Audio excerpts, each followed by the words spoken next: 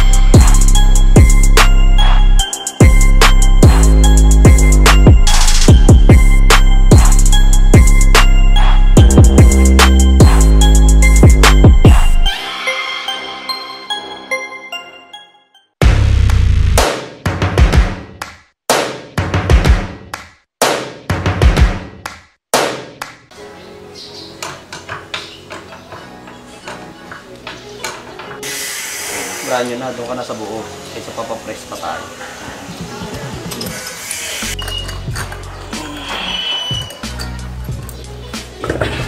Ayan siya, oh.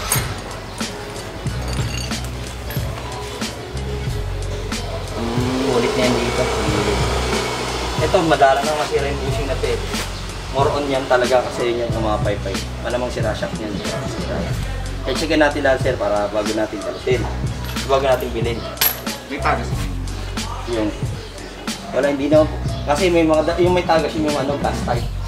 Tapos ito yung gas type saka yung fluid type pala. Fluid type yung may tagas. So ito gas type. Hindi mo malalaman yan. Oo. Hindi mo chichik. Hindi ka tulad ng fluid type.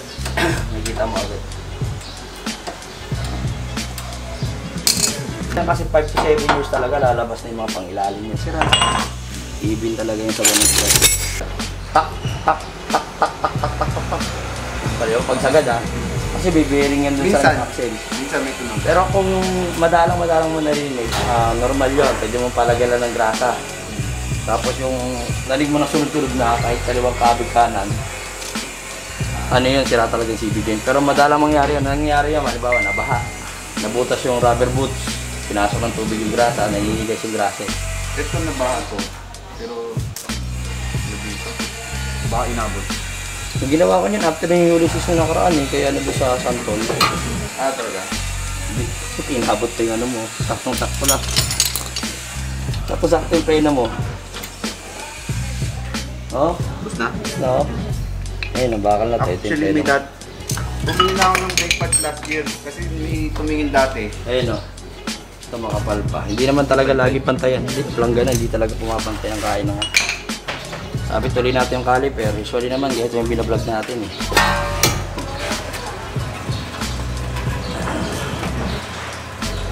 Kasi dito na tornilyo para dun sa hose ng brake. Saka itong lock na itong sensor. Kasi natin to para matanggal natin itong rotor. 17. May lang yan. May lang naman yan.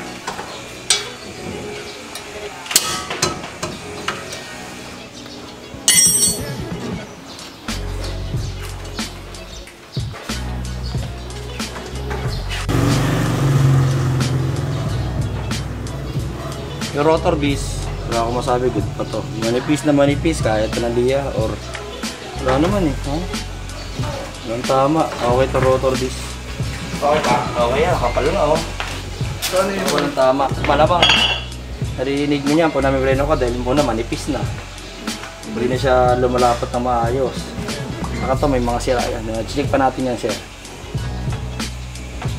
Yan to, gano'n pa tatagin to?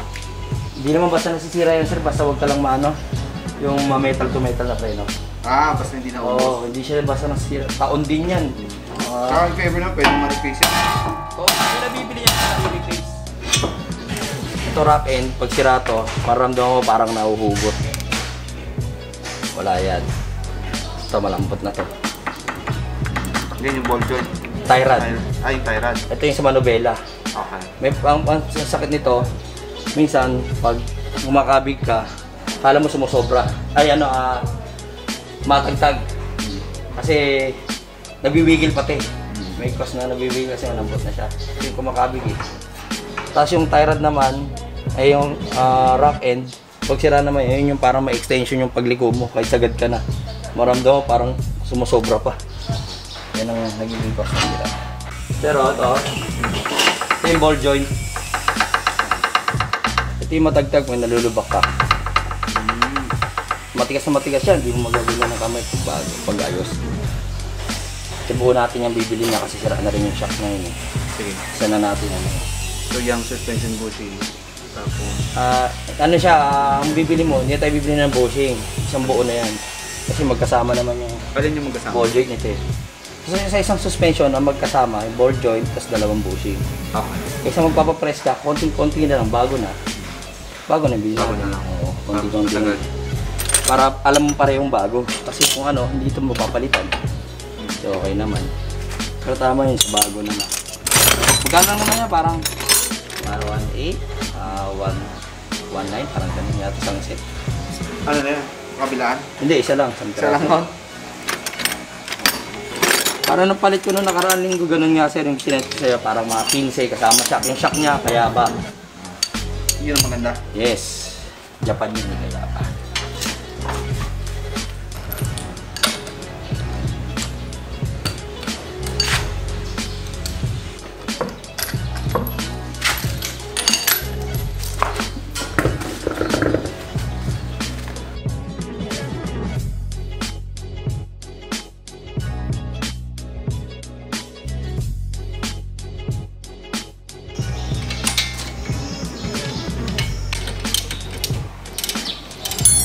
Siguro natin yung shock, mga cartridge, para ma-check natin kung okay ba yung shock. Itong shock spacer, sigurado papatrin natin ito. Saka yung shock mount. Check pa rin natin para yung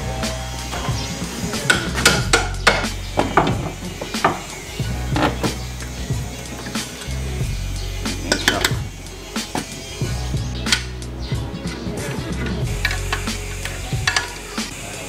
Mga ka-voltage, itong shock mount, sigurado ako sira na yan. Kasi hindi ganyan na itsura ng shock mount eh.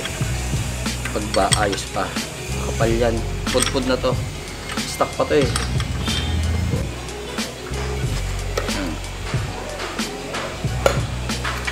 Testing natin yung shock.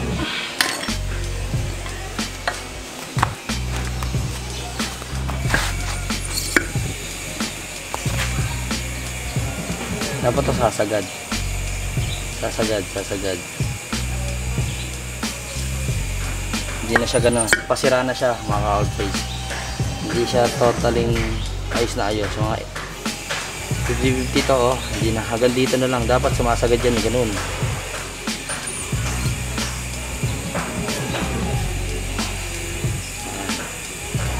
Tapos dapat matutulak niya ng diretso. Sagad na sagad.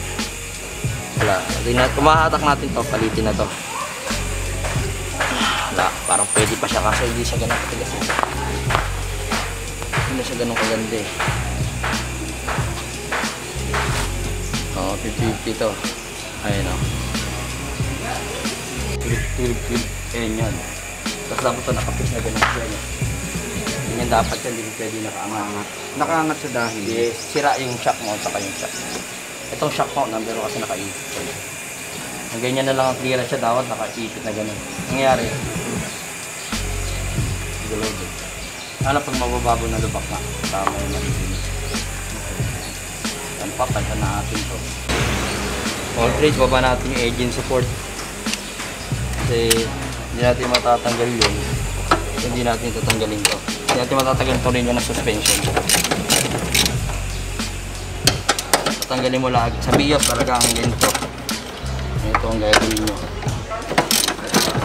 Tapos ang diskarte dyan, yung jack. Narala yung jack. Dahil nga sira yung shock nga, malambot na. Ayun.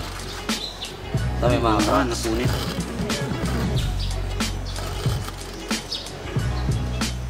Ito yung Sira ang kabilaan yan. Yung pag-bounce, pagbabang gano'n, yung pag-ahon, yung shock na yun, sira yung shock. Tutulungan niya, iangan nga shock. Kasi may coil spring na malaban. Ito talaga, once ina-blow mo, nasisira to. Itong bushing na to, itong dalawa lang. So ito buo yan na bubilhin. Yes, kasi kung magpapapress ka, konting depress na lang. Tapos ang nangyayari minsan, sa machine shop, hindi napipress ng tama. Umaalog to, gumagalaw. Hindi tumatagal, sisira. Pero ito ball joint, okay, kaya buo na pinapalit ko para iwas backstab. Lagi sa likod mo. Yung part na yun sa mga brake preno. Kasi yung nasa harap, nandun yung mismong, nasa likod nandun yung mismong piston tumutulak. Mas pinipersa niya yung nasa likod. Pero kaya siya umaalog, sir. Kasi yung piston nitong caliper, nagkakaroon na ng clearance. Kaya yung iba naglalagay ng lata pag manipis na, nag-i-poly na isang lata. Para pag walang play yung rotor para hindi niya nanginginig. Nagkakaroon siya ng clearance na millimeter lang. Nagkakaroon ng... Kaya pag yung mabilisang yes, magkakaroon ng cotton. Pero pag napalitan na ng preno yan, at sa yung caliper mo, hindi naman sumasagad ng, yung piston mo, hindi sumasagad ng tulak. Sakto yun, mawawala yung nararamdaman mo nagbabibrate. Ito na mga Coltrades. Binili natin bago. Yan, bagong suspension. Pakita ko sa inyo yung nagkaiba niya dyan. Dito tayo sa ball joint muna. Itong ball joint. Di ba ito malambot na? Ito, hindi mo talaga ito mapipili sa basta. Matigas na matigas yan. Matigas yan. Hindi katulad nito, lambot na. Saka to, yung bushing niya. Baka makikita ang crack dyan. Ito, given talaga to. Wala naman talaga naman yan eh. Ngayon kasi yung laro niya. Baka na, hindi naman biak yan eh. Yung ano yan, yung parang in-spray na. Ito, dala talaga. Madalang masira itong bushing niya. Kung talagang kakaling sirang-sira na siya. Nasalpak natin.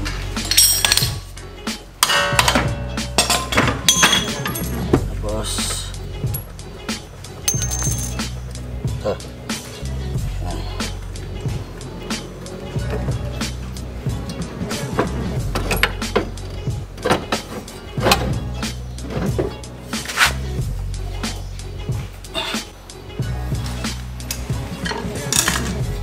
Mga ka-outrage na nabaklas at nakabit na natin itong stabilizer link saka itong suspension arm and ball joint. Kabit naman natin itong tie rod. Tapos lalagyan natin rotor disc, preno, caliper, skalasin natin yung shock.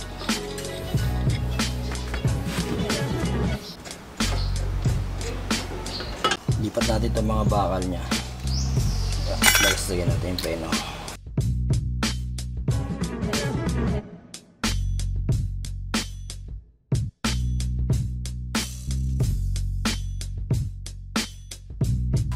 Mabigat to itulak.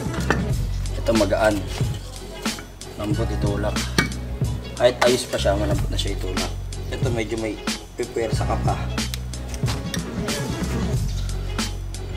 Natin lalagay.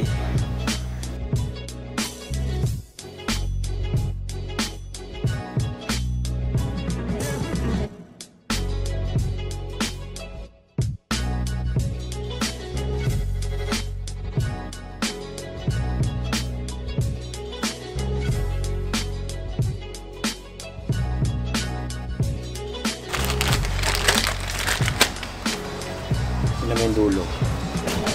Ito yung buka nito. Yung buka pa lang. Oh, yun, layo. Kakalog-kalog talaga siya. Layo ng diferensya.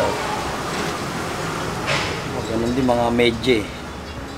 Nayuyupi ito eh. Hanggang mangyayari yan sa kotse mo, tataas yung harapan yan. Kung nalagyan na natin ito. Bubrus ko.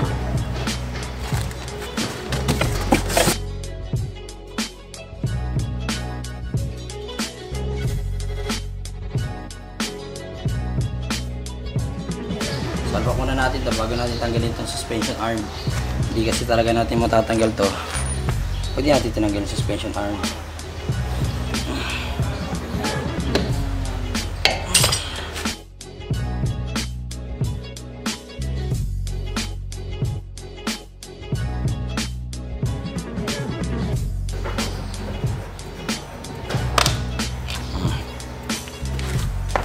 Ano rin to? Ano rin to? Hindi tayo nagpalit ng rack end kasi okay naman yung rack end. Ay yung rack end. Okay naman siya.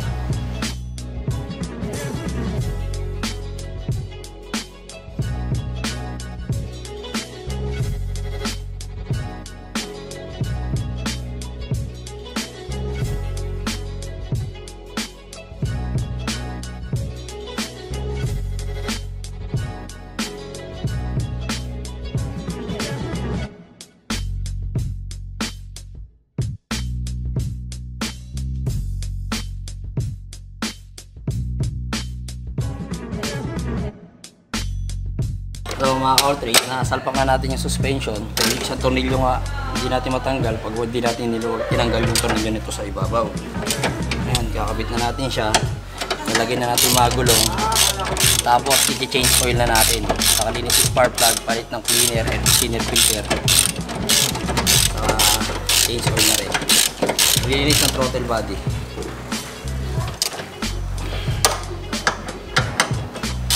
Lagyan natin ng flashing oil bago tayo mag-change oil.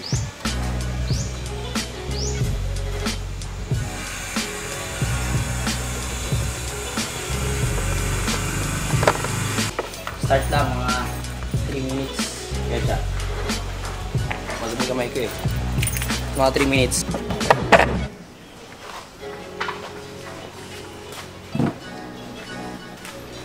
Tulad yung mga ka-all-trades no. Ang gagawin natin dito, tanggalin natin yung spark plug. Ano yung tatanggalin? Ito ignition coil, yung clip lang, tutulak nyo lang. Ayan, katulad nyo, malutong. Nababasag. Ayan ang sakit nila lagi. Saka to, nabubunot to, literal. Napuputol yung pinakadulo niya. Kailangan to madikit na maayos. Mamaya.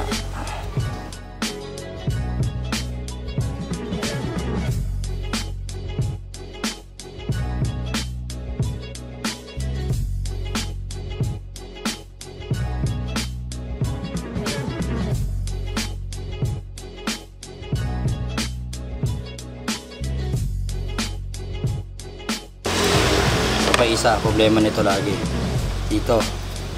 Yan, ito naging problema niyan sir oh. Na ganito, nababali ito or kaya itong dulo. Kahit buo pa siya, dahil sa init nga ng makina, lumulutong siya. Kaya pag nagpapatune na pa, minsan talagang kahit gusto mo lang palit spark plug, nadidisgrasya yan ng mekaniko. Hindi talaga ano talaga yan.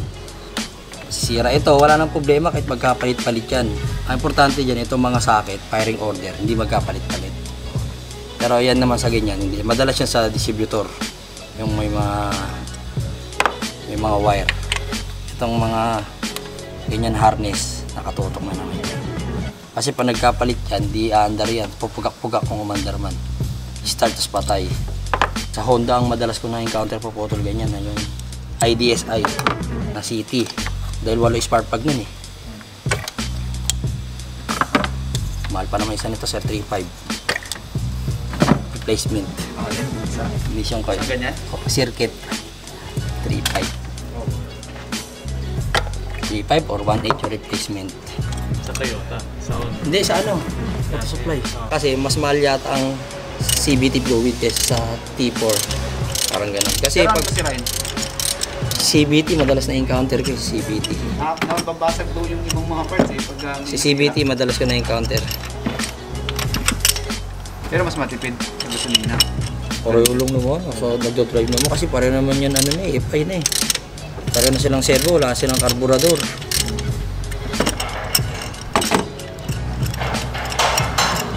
Ano nga lang to, 4 speed lang. Ano ba yung 16? 5 speed niya yung mga yun eh. Eh kung diesel to, mas mahal. Mas mahal ang pyesa ng diesel.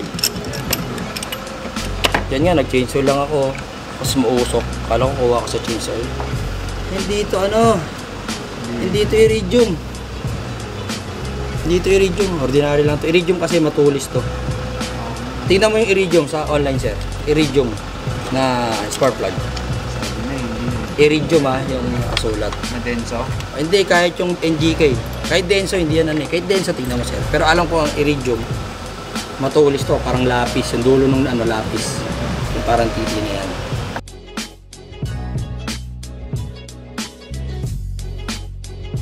hindi na mainit na, diesel na literal. Saka para na siyang langis. Yung gasolina mabilis matuyo sa kamay, yun hindi. Malangis na. Salpak na muna natin to. Bago natin i-drain yung langis, buksan na muna natin to. Or drain na muna natin. Bago ko buksan yung ano. Bago ko natin yung throttle.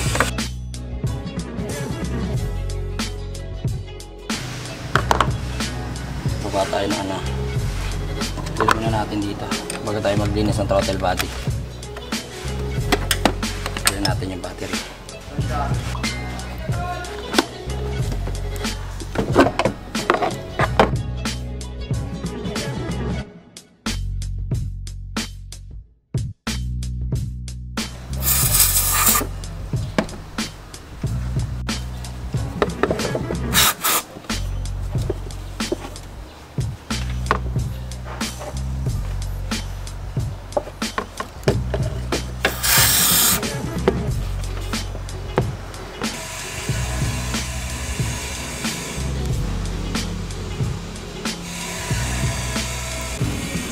Na lang mga ka-all-trades. Ito mga ka-all-trades, hinigpit ako na lang yung gulo, road test na, tapos gogora na tayo. Huwag mong kalimutan mag-subscribe sa YouTube channel Jazz of All Trades. Mga nag-ano sa atin, nanonood. Salamat. Ayun na.